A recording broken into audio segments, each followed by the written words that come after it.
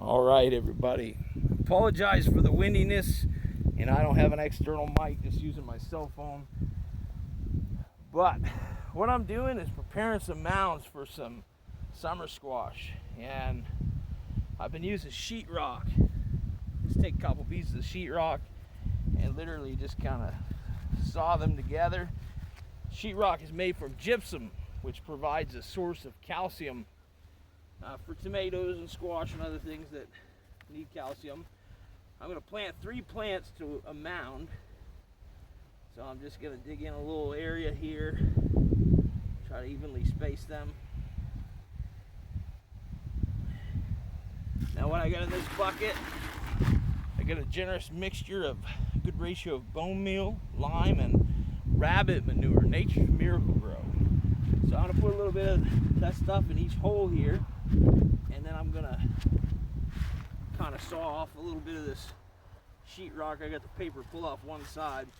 So my goal here is to get some powdered gypsum, which I'm doing, and you'll see a chunk break off here and there. I leave that big chunk, that can dissolve over time, but the powder, I want that just because it's probably a little quicker on the uptake, I would assume. And I'm just experimenting this year with how much to use. I'm just kind of putting what I think will be a good amount, like just visual appeal. Me as a gardener, I don't know. I'm not weighing it out or anything like that. Hey, no need to get that serious.